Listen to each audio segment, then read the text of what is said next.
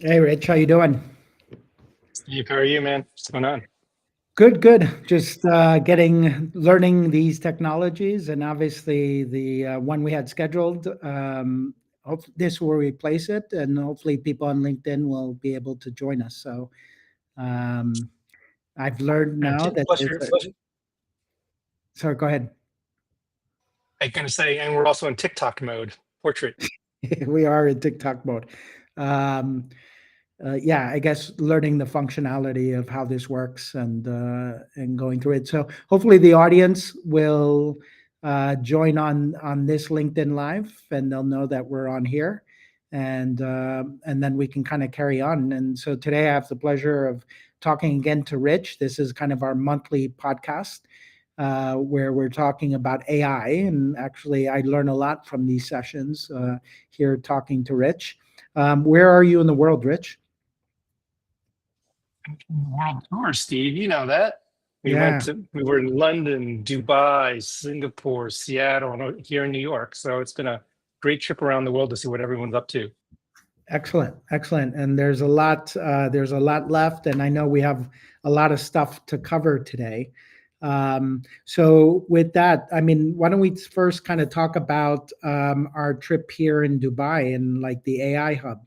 I've kind of shown everybody a picture of the hub. The event went very well. We had a really good audience, very senior people here in the region talking about their opportunities, what they're doing in AI, the upside, the downside. Um, would love to hear your perspective. What did you take away from that event? I think the time has come for the Middle East, and Dubai is clearly the center of an AI revolution. And I'm just Yeah, so honored that you invited this. yeah, yeah. No, it was good. It was good, and we got some really good participation. I mean, we got, and the good thing is that every sector, there's no sector at all that is not getting into AI and kind of driving through that. And one of the things I actually wanted to cover with you is some of the recent events, especially here in this region. I don't want to just make it about this region. So anybody else that's calling in or listening in, please, um, tell us where you're calling in from. So hopefully we've given everybody here a couple minutes to be able to log in and to move over to this LinkedIn Live, and they can find us. Can you guys tell us where you're calling in? Drop it in the chat. I got to figure out where I can see it in the chat, but maybe you can just tell us where in the world you're calling in from. And then also, one thing is start getting your questions ready. We've got Rich, we've got his time now, and he loves to answer all kind of your AI questions and going through that. But the one thing I did want to start off with, Rich, was this whole open AI for countries. Have you heard about it? Yeah, I mean, it's huge. I think it's such a great effort in Yeah. terms of being able to bring AI to everybody. I'm so excited about it. Yeah, it's about democratizing and bringing democratic principles and data sovereignty to countries. It's all tied into the big Stargate project, which is partnered up with big companies, obviously OpenAI, SoftBank, Oracle, and others. And their aim is to invest up to 500 billion, which is a crazy number when you think about it, in AI infrastructure by 2029. It's crazy, right? As far as Unbelievable. Unbelievable numbers. in the investment. But here's the question, and maybe people can drop it in the chat. Is anybody know who the first country is to sign up for OpenAI for countries? Go ahead, Rich. Well, I hear it's a little country I just visited, Yeah, Dubai. Aren't they up? I mean, I think it's just a sign of how governments are really taking this seriously. yeah. Yeah, the UAE. The UAE just got announced. It's a landmark partnership, and I think other countries will follow. But what it does is it gives nationwide access to everybody. And so, personally, I'm paying $20 a month because I pay for the plus version. So I'm looking forward to kind of saving that $20 a month and maybe even looking at where else I spend it. But it's great because it gives people the whole community here will have it'll have access. So everybody, and this is kind of like really surprising, and this is why it made such an impact to me. Everybody, it doesn't matter who you are, from the janitor to a senior executive, you are going to have access to the same AI tools. I guess the question is, Rich, does that give this country an advantage? What does it do? I mean, do you think it's a good thing? Do you think it's a bad thing? What are your views? Having traveled around the world, this is a global phenomena, and it's going to democratize AI the way we've never seen. This is not just going to be for people who can afford $20 a month, because there's a lot of people who can't. Yeah. And it's really about getting to every child, every person on planet Earth.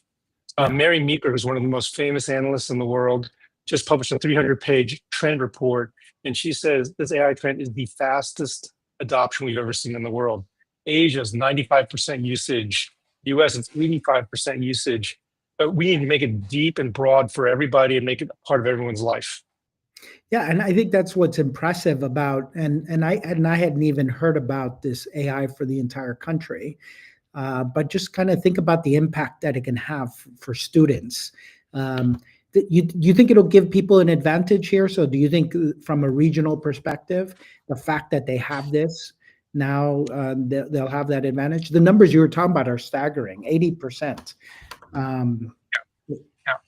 I think it's going to give a huge advantage, because this is the groundbreaking technology that, as we've seen, Steve, that cuts across all the industries and every consumer use. And so the more people understand how to do it, the more the people are going to find new uses for it. And you and I both agree that the number of applications, number of things we can do is probably going to increase by 10x. Yeah. No, it's fantastic. I mean, I use it every day and everything I do, from filing taxes, asking questions, asking even getting visas into the country and how you can work in the country. And it's been incredibly helpful. As you guys know, I post a lot on LinkedIn, and I'm actually coming up, ever since I moved to the UAE, I've changed my strategy on how I approach LinkedIn. And I really kind of want to get information out there. And I heavily, like, the heavy lifting that I use is a lot in a lot of these AI products. And hopefully in the future, I'll be using more kind of the video products and stuff like that. So it's helped me being able to get out the message, and talk to people about what we're doing in the AI front, which is really exciting, Rich. And I know we'll be covering off some of that, what we're doing in the quantum front. But I guess for you, what does it do for you? How do you leverage AI in what you do? I mean, I think the key thing is it's not just going to be for school projects or summarizing memos. It's going to really be building that next class of enterprise applications. You and I both work in big companies, and the big impact is in the changing business process. And to our friends in India and London and so forth, I just want to emphasize, this is a global revolution. So different than, like, the internet took 23 years to get to a 90% usage in the US, and this took basically 3 months. But this is happening globally. So now everyone can be at the same level. And I think that's going to open up a lot of innovation. You don't have to wait for the big countries to do things. Everyone's going to be able to participate. I think the uses, we're just scratching the surface of the uses. The cases we're seeing, Steve, are super advanced and interesting, but they have to be reliable, and they have to be trusted, and you just can't throw stuff out there. Well, and you're talking about reliable, and so tell me some of the stuff you're working on to make that happen. So can you share some examples? Obviously you don't have to give out client names, but I know, because I know internally, and some exciting stuff, but give some real examples to people on the call to say, how can I use this? How can I incorporate it into our company? I think just the first thing to say is that the impact is so far reaching, we haven't seen anything yet. For instance, we're working with one customer. They're going to create a live messaging system that can speak Hindu, can speak English, it can speak Urdu, it can speak any combination of them. It can speak the language of emojis. And it's a massive amount of customization, so that every customer literally is going to get a trained model that understands their needs. Think how great that would have been when I was at Microsoft, or you were at the big bank, to have an AI that understood everything about that person. So no more of this, who are you, Steve? What do you want? He knows exactly what's going on. Yeah, no, that's excellent. Actually, now that we've been on for a while, and maybe Rich, you know better than I do, we can check in. I'd love to hear from the audience where in the world they're calling in from. So just drop it in the chat somewhere, and then hopefully we'll pick it up here and just see who do we have on. I'm gonna see. So tell me about teams, like internal teams. I know we talked about how internal teams are changing, and how AI is triggering across tech teams. And that didn't make any sense of what I just said. So tell me how this is changing for tech teams and how AI is having an impact. I think the big impact is going to change the way the teams work together. Mhm. So I just want to emphasize again, the biggest reason that AI projects fail has to do with teamwork between people. Yeah. And, the statistic from the RAND Corporation is that 80% of all software projects, AI projects, are failing. And the biggest reason is you don't understand what the stakeholder wants. What AI does is makes it possible to make it much easier to communicate what it is that's really needed, and then to build the applications that are required. Before you have to write a memo, do this, do that, do this. I mean, one of the things I loved about Dubai was we sat down with 8 senior business decision makers in 3 sessions, and we heard exactly what they wanted. And for the first time, I think the software industry can actually deliver exactly what they wanted. Oh, welcome, Lorena from Argentina. Yeah, I could see Argentina. We've got London on. We've got India on. So yeah, good spread around the world. Yeah, no, it was great. It was great to kind of hear. But we're also hearing kind of consistencies. A lot of people are talking AI, but not a lot of people are delivering that value, and it's not repeatable. And so, what is it that Rich Tong is doing differently than other people are doing to make AI really deliver on the promise of everything we keep hearing about? Okay, so I think this is where I love my partnership with you, Steve, and your whole team. We work really closely together with Horizon X. We're at Teeny.ai. I feel like we're one company. Maybe someday we will be. Absolutely. But the key thing is bringing the business people very close to the technology people. For the first time, you can actually say, I'll give you an example. We want an application that you can log into the US, you can speak Spanish, you can speak Spanglish, you can speak English, and I want it rolled out in 60 days. The first time we can hear that and deliver it, that is huge. Yeah. No, I think it is. And seeing kind of how well this technology is handling it and some of the stuff that you're able to do within just weeks. I know one of the things you developed was something you had done within just like 60 days. Oh yeah, we're 60 days. And as you know, Steve, you and I are working on a group project together where literally the conception was 4 weeks ago. And we have a prototype running, and now we can bring a proof of concept out. So the speed thing is very important. And I think our collaboration exemplifies that. You understand the business, I can find the technology, and we just merge them together. And this is a case where small teams really win. Well, and I think that's one of the things I want to talk about is kind of the whole small team concept, because everybody talks about, hey, Steve, you're a new organization. Horizon X is a new brand out there. And, what kind of impact can you really have? And actually, we're going to make some really cool announcements here in the next couple of months about other partnerships with some big companies that are really excited to do work with us. I know both on your side, Rich, and on my side. And I'm sure some of the companies that might be listening here are excited to kind of make that announcement, because there is good synergies between what we do. And I'm a big believer that you don't need numbers to make huge impacts. You just need to get the right people around. And I know your team are all hardworking, and we are hardworking, and we're just out there kind of trying to make some stuff happen. So I'm really excited to kind of see the magic that's gonna come out of this. Well, since you mentioned that, I hear we have a very important announcement for a amazing personality who's become one of the top LinkedIn voices in the world. Is that true, Steve? Yeah, no, that was kind of exciting. It was kind of a surprise. I actually was sitting on my couch kind of looking. I was like, hey, something looks different with my profile. And then I got the message that it was there. So the message is resonating with people, and I thought that was pretty cool. So I'm definitely going to keep leveraging it to help um, create a platform to educate people on AI, educate people on quantum, helping people. I take a lot of enjoyment, Rich, at when I get messages from people to say, "Hey, Steve, you changed my life. You made me go back to school. Or I went and did this course, and did the chief technology officer course at Berkeley, or you." So I like hearing the impact that you can make, and sometimes some of your messages get really a lot of critiques and a lot of people talking stuff, but then you get these really gems of people to say, "Hey, Steve, this was perfect timing. This is what I needed here at the time." And so, yeah, it's a really cool platform. We just happen to be on LinkedIn Live, but I'm a very big believer on the power and the reach Well, that this platform could have. I just have to, I think just back to your main point, small teams make a difference. There are people with 50-person marketing teams that would love to be a LinkedIn top voice, and they can't do it. And I think that's what this AI revolution is really about, is that a small team can leverage it and work more efficiently, because the fewer meetings you have, the better, right? Yeah, And yeah, so you and I can have a meeting, we can decide on something, we can go build the application, we can build a marketing plan. I want everyone on this call to feel like they can do the same thing, and we can help you.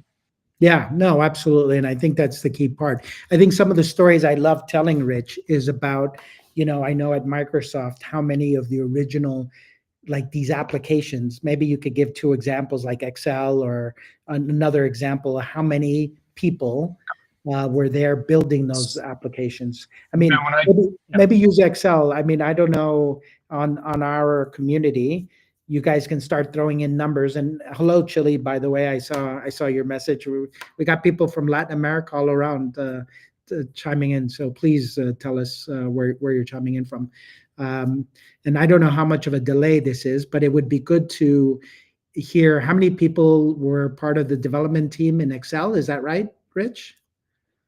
we can run a quick poll, right? I mean, I've had people say, "Oh, that original Excel team becoming the biggest spreadsheet." I was lucky enough to be the third product manager on it, sort of running the product. Yeah. And people have guessed 10,000, 1,000 people, 100 people. And the core group fit literally in a small conference table. The Mhm. core guys are maybe 4 or 5 people. One person wrote the entire core calculation engine, as an example. One person wrote the entire charting package. So you just realize the power of one is so big in this world. Finding the right person is the key to making success in the AI business. Yeah, and I think that's why it's important, again, to have the right people and to be partnered up with the right people, and how people can kind of work together. I see Bob from Toronto's on. Minnesota. Hello from Minnesota. Yeah, and so I think it is interesting, and I think that's why I'm excited to be doing this stuff with you. So how to phase in adoption without breaking what works today? So how are companies?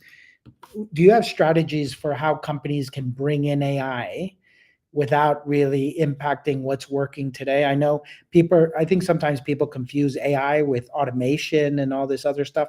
Can you kind of help people understand the difference, and how can people make a real impact in their organizations? A great question. So I think the biggest thing is um, the place where we see the most success is where you have a specific business problem and sort of a layer on top of your existing system. We were talking to a great person who's doing a lot of loyalty branding systems, and really it's the data extraction that's important, right? How many of us on this call have seen some gigantic dashboard and all these numbers and don't have any idea what it means? That's where you can use AI to summarize it and create a great recommendation for you. So I think this is kind of a layered architecture. We talk a lot about the AI integration layer, which basically Mhm. means you add a layer on top and build a new set of applications. You have to forklift all the old stuff. Yeah. Yeah. No, I think that's good, and maybe even as we have people calling in, I could see people in now from Mexico. You guys can maybe ask questions about how would AI apply to maybe a specific use case. that you have. Rich, can you tell us kind of what areas are you focusing on? I know you have a broad knowledge. You have a lot of different expertise. Is there like a specific industry that you're helping out on, or what's kind of the most exciting thing you're on now? I think the most exciting thing we're on now is customer service, really being good at customer service. And then the financial institutions, everything from KYC to money laundering to all those applications have been super powerful. And I think that those things are going to be some of the first places you'll see major applications of AI. Right, right. And we got Spain and we got Germany. We got a pretty good mix of people joining us. And so, tell me a little bit more about the anti-money laundering, because I could tell you I'm hearing a lot of demand in that. Obviously, I was working for a large bank. I worked as the head of transformation for risk, financial crime, compliance at one point, and this had grasped everybody's attention. So, what are the areas that AI can really help out in these and these areas? What are you being asked Oh, for? I mean, it's unbelievable. So, for instance, we're working on applications where it's called Know Your Customer. And this Yeah. is important for supply chain people, for everybody. But instead of just a quick spin, quick Google search or just looking in a database, we have systems that are digging and digging and digging for related entities, for who's really the ultimate best beneficial owner.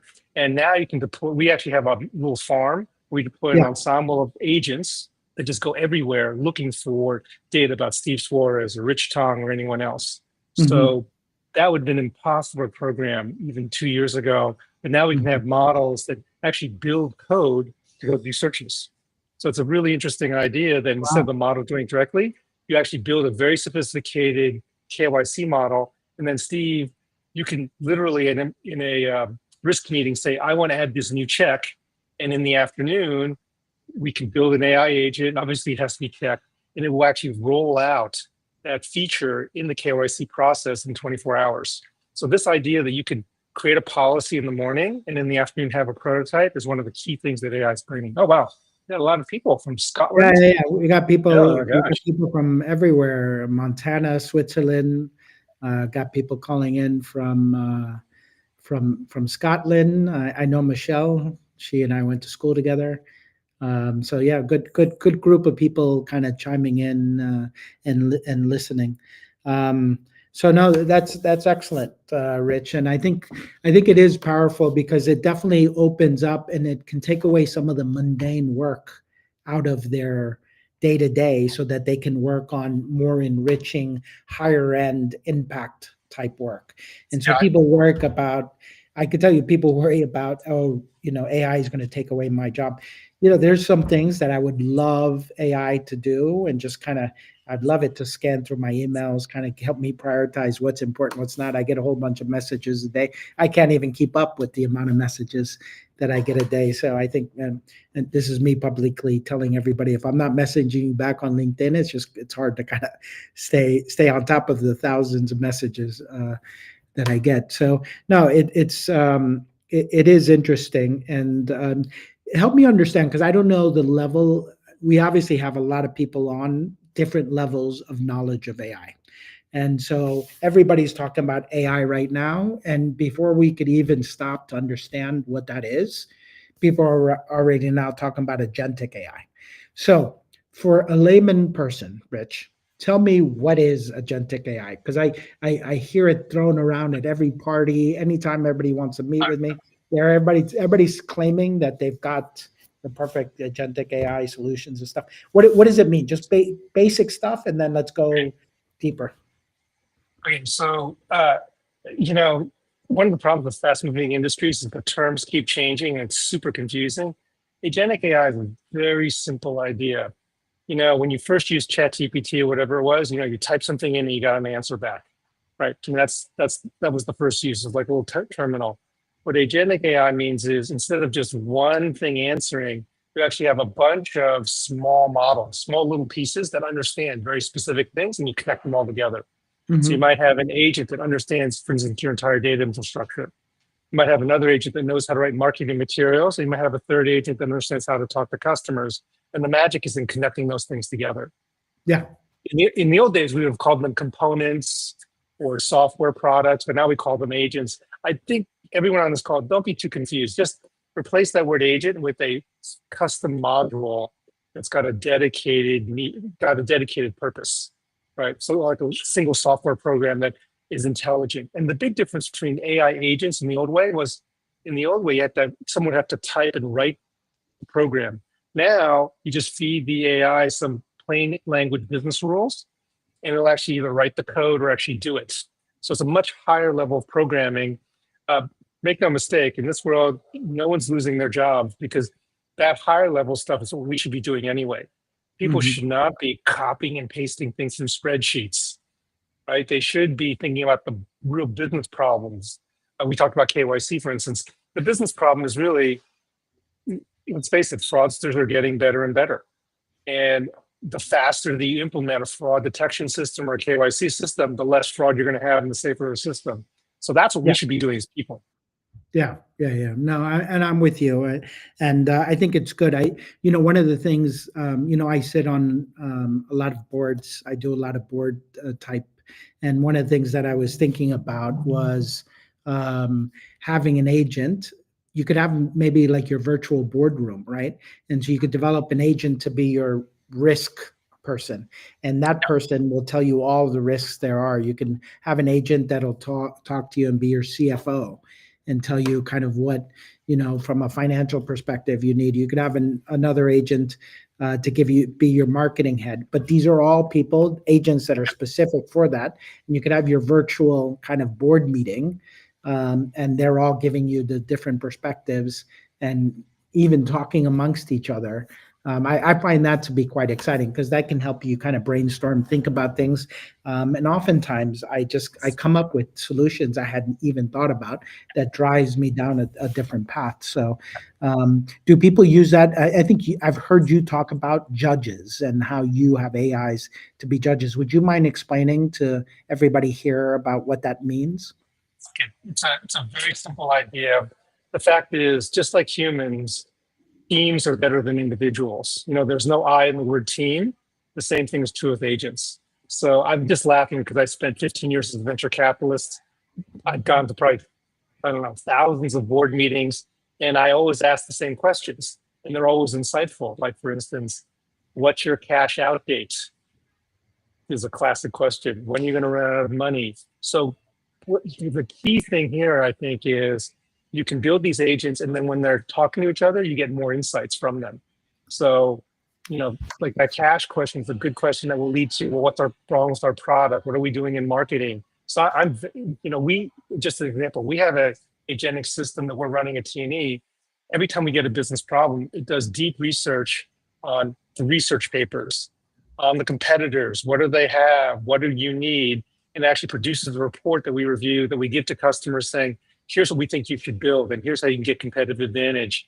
That would have taken a staff of 50 people before, and now one person can do it in a day and build a business solution much more quickly.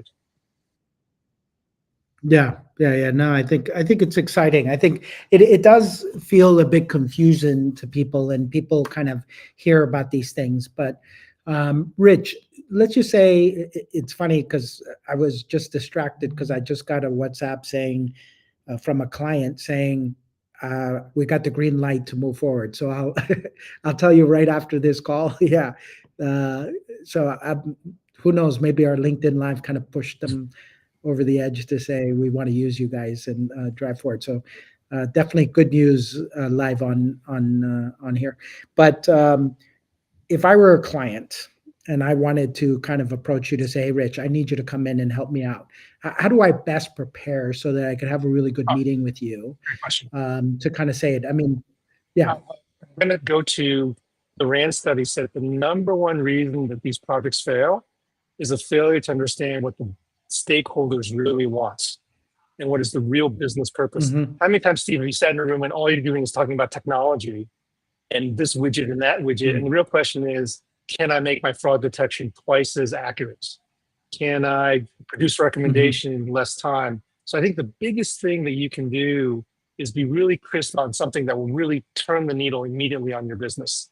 Right? I think that is the key thing. Yeah. In the old days, I would have said, "Oh, we'll just try to chip off the small pieces." But now I'm thinking, wow, we can actually take these problems head on. I was just thinking about Dubai, some big ones. How can I really understand loyalty programs? Where am I winning with customers and where am I losing? We can go we can do a complete search of the internet and everything else that's available and say, here's how you do it. Mm-hmm. And so for the first time, we can tie together everything in the world and bring it to you in a single component.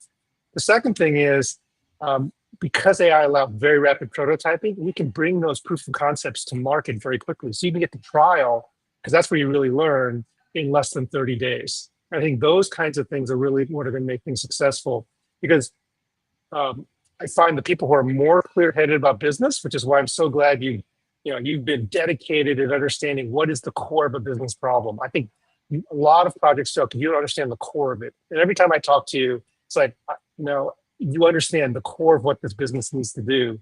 Just bring us that core thing, and then we will go through our process. It's a 3-step process to bring you very quickly a demo, and then a proof of concept, and then proof of value. And then you can quickly start winning. Because I think this is all about quick wins. No one's going to invest 3 years. Yeah. I was talking to a good friend who was a banking guy, and he said, before we would spend $10, $20 million for 5-year projects. Now people want to know, what am I going to get in the next 90 days? And that's what AI can bring you.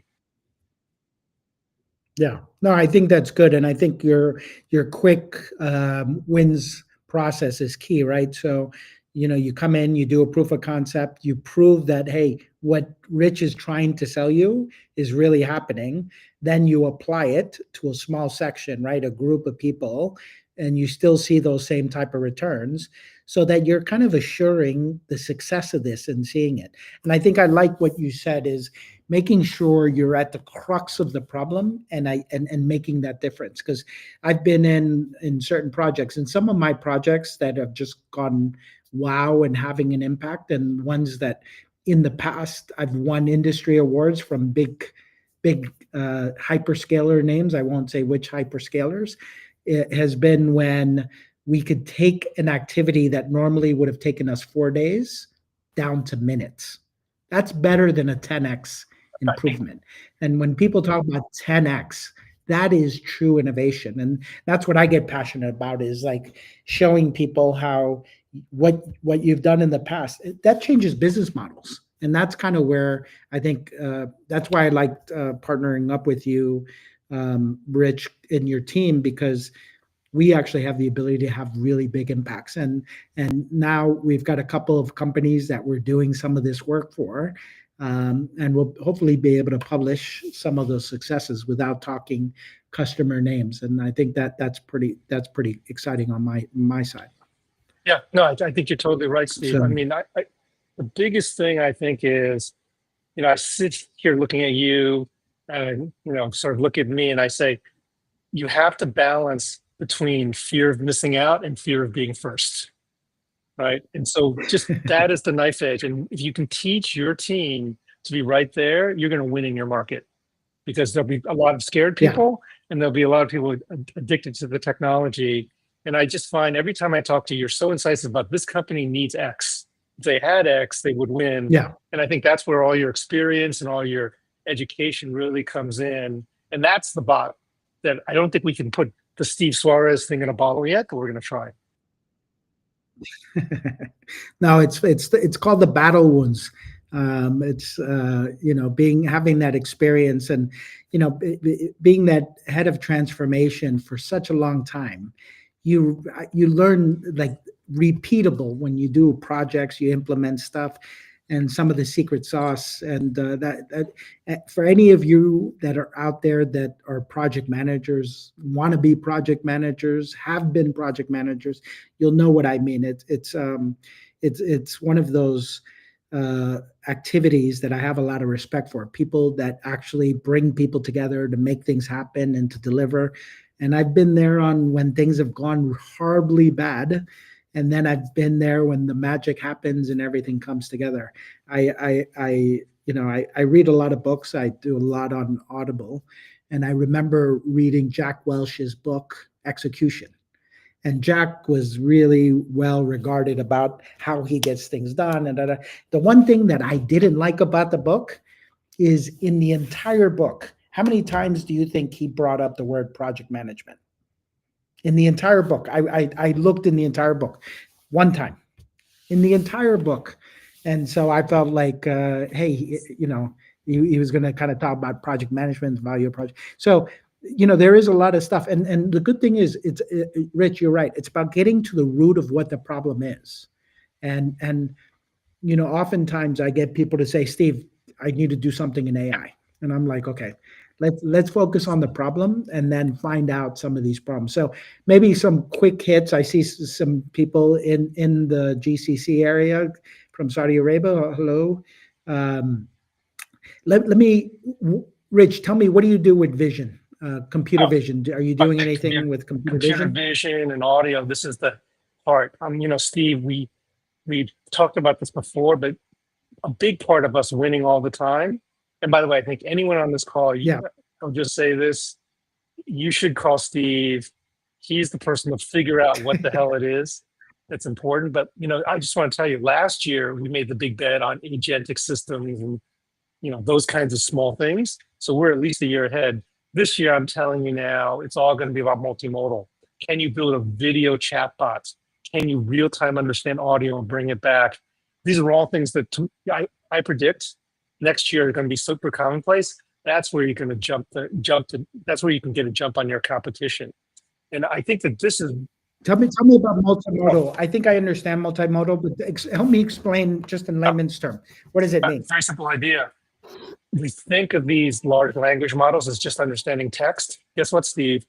I fed a bunch of receipts to a bunch of just on my PC models, and it understood exactly what was on there. It could read everything on in that image. It knows where everything is. So suddenly it understands text and speech at the same time. I'm sorry, text and images at the same time. I can also feed it speech, and it can do real-time translation from any language to any other language almost instantaneously, and it can generate it. So this idea is that soon models can both read video, read audio, understand images, and produce speech.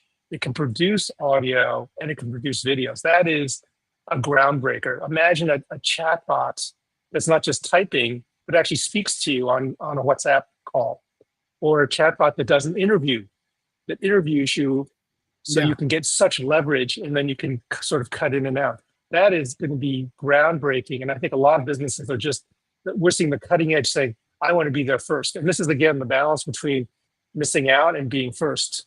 So that's what we're constantly surfing, right? How do you find that? I'm amazed you were head of innovation for 20 years, because that's one of those jobs that you can miss a wave and be gone. So you've been successfully surfing along. And I think that's what we can bring to the community. Yeah. Well, 20 years at a bank, but head of innovation, probably the last 6. Okay. But you're right. Innovation is one of those hard things to stay ahead. But you got to understand, Rich, I get bored really easily. And so I'd like to look at what's new and how we can leverage what's new. Can I comment on that? I think that I know you've always been innovative, and that was just recognition for the innovation that you delivered. Yeah, and it's also key that you were in all those parts of an institution. I see so many people, they jump in, they don't know anything about the business, but I think that's the perfect innovation leader, someone who really understands the business deeply, understands in the bones how to make money, and then you can be innovative. So, this LinkedIn thing is the balance, understanding business and understanding what tech can do. I want to make one last comment, which is so many people end up building something and then they have to rip it all down. One of the tricks in my side of the business is, what's the long-term architecture so you can plug things in? Everything we do is built with the idea that it's only going to be half finished. And so there's really a concept in the software business of something that's stable in the middle, right? And then you can add models, you can add business rules and so forth. And that's what we're trying to do. That's how we get to the point of being able to do these applications fast, because they're actually quite common inside. And then we customize it with the business need. And I think that is where a lot of companies are going to fail. They're going to build how many times have you seen this? A big vertical stack of stuff. And then they're like, oh yeah, Now you want to add video, or we're starting all over again. For instance, adding Yeah. video for us is just creating another input module. It's not a big deal. Yeah. Yeah. And the funny thing is the way I see how you and I work together, you're right. It's a good complement. And that's why when you and I, when Paul Moritz put us together, Paul's a very smart guy. So he knows kind of how do you combine 1 + 1 to make 11. And he put us, but I think that there's a lot of really good opportunity because I think using your technical expertise, your know-how on how to embed solutions, obviously with Microsoft, in and then combining that with business opportunity, and there's a lot of different great business opportunity, which I'm actually finding out here, being in the Dubai, based out of the Middle East. Actually, really exciting. So I see Michelle has a question. How do you see AI and platform-based collaboration unlocking innovation in traditionally risk-averse sectors like water, energy, and transportation? I have the exact answer for this. I was just speaking with All right. part of our world tour. We ended up in Singapore, which is, by the way, another, Southeast Asia, another heart, another groundswell of innovation. And I spoke with someone who was the first chief innovation officer for it's got a different name now, but essentially the Singapore Power Company. And you got to imagine the most risk-averse possible thing. And it comes down to an interesting thing. Samuel Tan, who I'll just say is a genius, former executive at General Electric, GE, I guess they don't call it General Electric anymore, GE. And then he went to this company. He told me the key thing is provide people in these sectors with a vision. For instance, his vision was for energy, how do we make a green planet by changing the way we produce energy? He was able to create an innovation group of 100 people in less than 18 months with that vision. So the key thing is, it's not just adding AI is going to make these things better, but as you know, Steve, vision for companies is so important. Where do you want to be when you grow up? And I think, let's take water, not a resource that's getting any easier to find, right? Energy, big problem. We've seen today with the pandemic and everything else, transporting things is really hard. Some of our best customers are in these areas because those smart people are saying, AI collaboration and platform-based collaboration are the way to begin transforming these organizations. I do want to say that, this AI thing is the latest in a series of revolutions, but it's always about the people. How to get people on the mindset that they can get wins. That's what we keep talking about, quick, easy wins. So I'd say, Michelle, tell me something that's really going to affect the business long-term, and then Steve and I can start working on it. Yeah, no, exactly. And I think that's what's critical and that's what's important. Like for us, winning isn't about, hey, we just won a POC, hey, we won.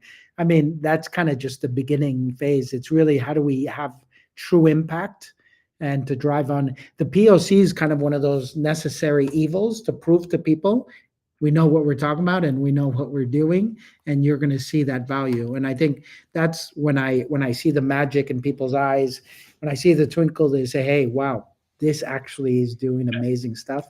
And the part of from my end is how do we get that message out? And hopefully this is a good way to start building that community and start driving. We'll get the technology right. We don't next time, maybe we won't go with the TikTok format, but it is what it is. We're learning through everything. For anybody else, please ask your questions. Ask your questions on AI and some of the stuff that I might not be asking. I talk to Rich all the time, so stuff that you guys might want to know from Rich is stuff that I've already asked him before, and wouldn't mind asking him again. So, can I make an offer to the audience? I think you and I would be really happy if you just send us what you think the key business problems are. We'll take a look at it and produce a quick report on what we might be able to do. It just occurred to me that's the easiest way to begin to show value is just show how very specifically, like Michelle asked, how it can help. Let's get down to the specifics. I think winning, this is a 50,000-foot view. I'm a 400-foot descending to landing kind of person, and that's where you really win. Yeah, no, without a doubt. And I think it's a good offer. I mean, just kind of, what are the things that are keeping you up at night? What are the things that you think, if I only had this? And I have a client, really, a banking client here in the Middle East that said, Steve, I know exactly what I need. If I only had a trusted technical expertise in AI, we could actually do a lot. And the funny thing is, that's when I'm like, okay, I've got that. Rich will come along, and that's where kind of the magic and collaboration happens. So I think that's great. And funny enough, I just got pinged by someone who runs a cyber company, and I was just thinking about cyber and AI, but maybe that'll be a different podcast. Oh no, Rich. I just want to interrupt and say, I think the key part, technology's two pieces. One is the offensive, what can we do? Cybersecurity, explainability, trustworthiness, assurance. I would say that's probably at least half the job, maybe 70%. Right? I mean, how many projects do you know that have failed not because they didn't do what they wanted to do, but because you found a problem, like a deep, deep problem. Yeah. Right. And I think that's one of the things is when we talk about frameworks, starting things with, we call it, there's all kinds of terms, zero knowledge, full trust, explainability, making sure it's complying with all the regulations, never sprays data anywhere, never gets secrets don't deploy. That is a big part of what architecture is making sure that by design, you can't have these problems happen. So I just want to give you one quick example. Our architecture, for instance, encrypts everything. So we push as much to the local PC or the local mobile phone as we can, because that's the safest. Then we push to the local servers. And by the way, if you want to use a public cloud system, I can introduce this today, but we have a mechanism where we can fully encrypt that stuff. And NVIDIA, for instance, has a new confidential computing mode. It literally encrypts the entire process on the chip. So even the cloud provider can't see what you're doing. And that's the kind of thing that you want to have immediately at hand. So I think this cyber thing is super important. I just want to give a quick plug for quantum, being quantum encryption resistant, being ready for the new quantum algorithms. We're thinking about that all the time. So every time I think about an architecture, I say, well, what is our quantum resistance going to be? And when we get those quantum algorithms that are very fast, we're going to be able to snap them in. So getting to AI is on the path to a full quantum future. Now you're talking my language there, Rich. So I definitely, anything to do with post-quantum cryptography and crypto agility, we definitely maybe do a session on that, because I think it's going to be huge. And I think this whole idea of containerization, having a quantum resistant agents, basically being able to test it all, that is really going to be the future. Yeah, without a doubt. Just a reminder to everybody, if you have any questions, we got about 5 minutes left. I'd love to answer any of the questions you guys have on this. And it's great to have Rich calling in from New York, and I'm calling in from Dubai. It's nice and sunny out here. So Rich, while we're waiting to see if anybody else has any questions, in the LLM world or in the stuff that you're working on, any other things that are exciting that has come out lately in the last month? Any new LLMs? Oh yeah, I mean, there's a sea of new LLMs coming out. I would say the most exciting things, Google just had their big announcement. We should see a big announcement from Microsoft. They're all coming, and I'd summarize them in the following way. One, it's raining large language models. Like literally, we're all going to need an umbrella to deal with all the new models coming out. A solution, by the way, is to have a pluggable agent architecture. So when the new model comes along, you just plug it right in. I have a lot of people saying we've standardized on X. This is a little bit like deciding you standardize on the only car you're ever going to drive for the rest of your life. Because the really important thing is you can buy a new car and you can still get to the place you're going. The second thing is, I do think every business is coming to the grips with the fact that they better show some results soon. Now, one of the things I always do, and I know you think about this, Steve, too, is how are we going to get this application so good that the person who recommended it gets promoted? How do we make sure that this really works and delivers short-term results? And I've been so impressed with all the people that you've worked with. Everyone's like, I love Steve. He helped me do this. I mean, besides being a wonderful guy, but which you absolutely are, it's also all about how do we move the business forward and make sure the people who are making these bets are winners. Yeah, no, and that's part of what I kind of take responsibility for is just anybody that we get in to help, especially well, it's not only people that are close to me and friends. People usually buy from friends and people they like, and so the customers I'm working with are either I've worked with in the past or whatever, and they'll know that I'm not there to let them down. I'm going to make sure that we produce, and making them happy is part of kind of what we do. I see a question in there about quantum and AI and how can we explore more on it. I'll talk about the quantum side. So you guys will hear it here first because I just confirmed this last night with MIT. So we're launching a new course July 16th with MIT called Quantum Computing for Corporate Executives and Government Leaders. My intent with this course is to give a understanding of what quantum computing is, how does it apply, what are the use cases, what are the different modalities, kind of demystifying that. And so I'm really excited to be launching that. Will Oliver from MIT is the main person driving that. I'm just a guest lecturer. I'll be focused on strategy. So how do you apply business strategy to quantum and how you should be approaching it 3 to 5 years out. And part of what I do is help companies, large organizations, write their quantum strategies and approach this technology. And if any of you guys seen in the region, Qatar just made a huge investment of like a $1.2 billion commitment to invest in quantum over the next 10 years. If you kind of do the math, it's like 8 point something million a month. So that's a lot of investment for just one country, for one organization to help drive in quantum. So I'm really excited in the quantum space, but we'll definitely leave that for later. I'll include a link to the course here. Well, I'll include the pre-registration link, and then I'll let everybody know about the link.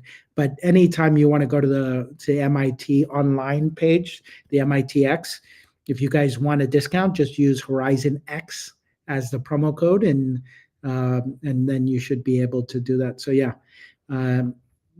Jamie, yep, July 16th. So I'm excited, and maybe we'll do a podcast on maybe our next podcast. If everything works out, it'll be on July 16th. Who knows, Rich? Maybe we'll combine that with a quantum and AI overlap. I'm glad you said that, Steve, because I've been meaning to show you a quantum-ready AI architecture that I've been working on based on your discussion. So literally, if you follow the framework you and I are building, you'll be already fully quantum encryption resistant. The quantum modules for defense and communications will be ready just to plug it in. And when you have specific algorithms for optimization, you just plug it right in. So the AI, in some sense, can just call on. So. Yeah. Okay. Last question from you, Pen. You can answer that one. Go ahead. Oh, I think this, UPenn asks, how do we go beyond automation to real-time decision-making with cross-functional teams? That's exactly what we're doing right now. You know, the so-called robotic process automation, where you're just automating existing function, is not nearly as interesting as real-time decision-making. So to give you an example, we're working on a supply chain application right now, cuts across all the groups. To basically come up with the top 3 recommendations on SKUs to cut, new products to reorder, and so forth. And it was done with a cross-group team, and it really comes with a live recommendation. They're finding their decision-making is about 10 times faster using this approach. So yeah, that is exactly what I think the future is going to be, UPenn. It's all going to be about decision-making, better decisions faster. Excellent, Rich. Look, we're at the top of the hour. I wanted to tell everybody thank you for bearing with us on our technology, kind of getting this set up, and on having our TikTok format this time. But next time we'll make sure we get everything worked out. Rich, thank you for your time. And if anybody wants anything on AI or on the quantum front or on the innovation front, you guys know who to reach out to. Rich, why don't you tell everybody your email address? It's rich at tne.ai. And you can also reach me at RichTong1 on LinkedIn. There you go. Excellent. And yep, and anybody you should know, Steve Suarez at horizonxc.com. You guys have a great day, and thank you very much for your time.